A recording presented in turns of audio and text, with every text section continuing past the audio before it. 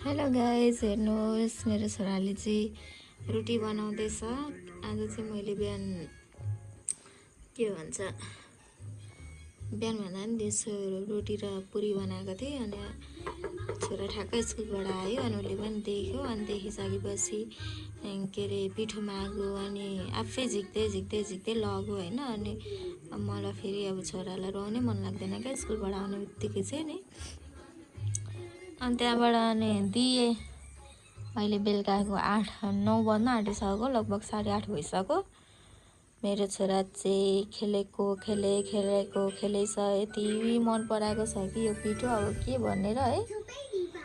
अनि यहाँ त टिभी पनि हेर्दैछ, टिभी कार्टुन पनि हेर्दैछ। मैले चाहिँ उसको बाबा नहुँदाखेरि चाहिँ मोबाइल दिन्न, उसको बाबा आएपछि चाहिँ मोबाइल दिनुहुन्छ। अनि खालि मोबाइलमा मात्रै झुन्डाइ गर्छ नि त। अनि उसको बाबा नहुँदा चाहिँ यसरी के दिन्छु। अनि खेल्दै बस्छ। अनि कोही पाहुनाहरू आउनुभयो भने चाहिँ अलिकति कस्तो हुन्छ भने उसले खेल्नै मान्दैन क्या, मान्छेहरू देख्यो भने। म एक्लै छु भने ऊ यसरी खेल्छ होइन, मजाले आफ्नै सुरमा खेलिरहन्छ। टिभी लगाइदिन्छु, टिभी हेर्दै खेल्छ। टिभी पनि खासै त्यति धेरै त हेर्दैन, खेल्नेमै उसको ध्यान हुन्छ। गाडीहरू खेल्छ, घरि के खेल्छ होइन। तर अब कोही पाहुनाहरू चाहिँ अब कोही आउनुभयो भने चाहिँ के गर्छ भने ऊ खालि ऊ त मोबाइलै मात्रै माग्छ क्या। नदिउँ भने पनि रोएरै कस्तो गर्छ। अनि मान्छेको अगाडि बच्चालाई कति रुवाउँदो रहेछ, नाटकै देखाउँदो रहेछ भन्छ नि त होइन। अनि त्यही भएर अनि मोबाइल दिनुपर्छ। अनि जिद्दी गर्छ मान्छे भएको बेलामा चाहिँ। अनि उसको बाबा आएको बेलामा चाहिँ कस्तो जिद्दी गर्छ। यहाँ कस्तो ध्यान दिएर खेलिरहेछ, घरि भुइँमा बसेर खेल्छ, घरि यहाँ माथि बस्छ, उसै घरि किचनमा जान्छ होइन। आफ्नो तालले खेलिरहन्छ। यस्तो छ है गाइस मेरो छोरा चाहिँ। अहिले 3 पुरा पुगेर 4 वर्ष लाग्यो, अस्ति असार 24 गतेदेखि यसरी खेलिरहेछ। यसरी खेल्दा चाहिँ कस्तो खुसी पनि लाग्छ क्या, घोप्टेर मोबाइल हेरिराख्नु त म त यति रिस उठ्छ। अनि कुट्छु नि हौ, अनि चुप लाएर बसेर मोबाइल हेरिरहेको हुन्छ र पनि रिस उठ्छ नि त।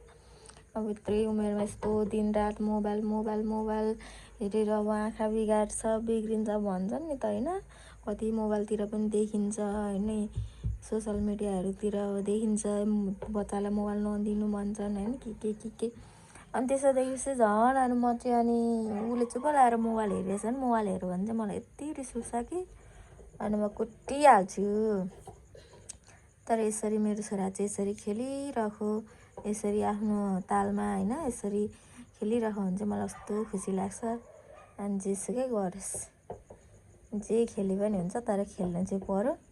म चाहिँ हेरि मात्रै रहन्छु, ऊ चाहिँ आफ्नै तालले हेर्छ। यहाँ टिभी पनि हेर्दैछ।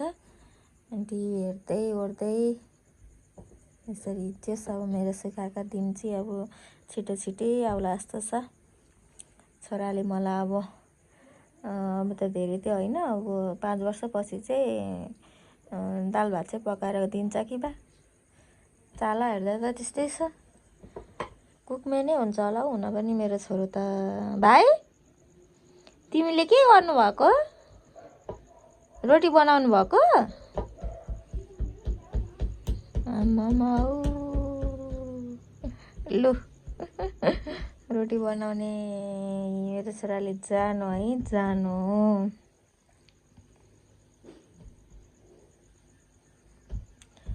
ओके गाइस, अहिलेसम्म हेरिदिनु भएकोमा थ्याङ्क यू सो मच।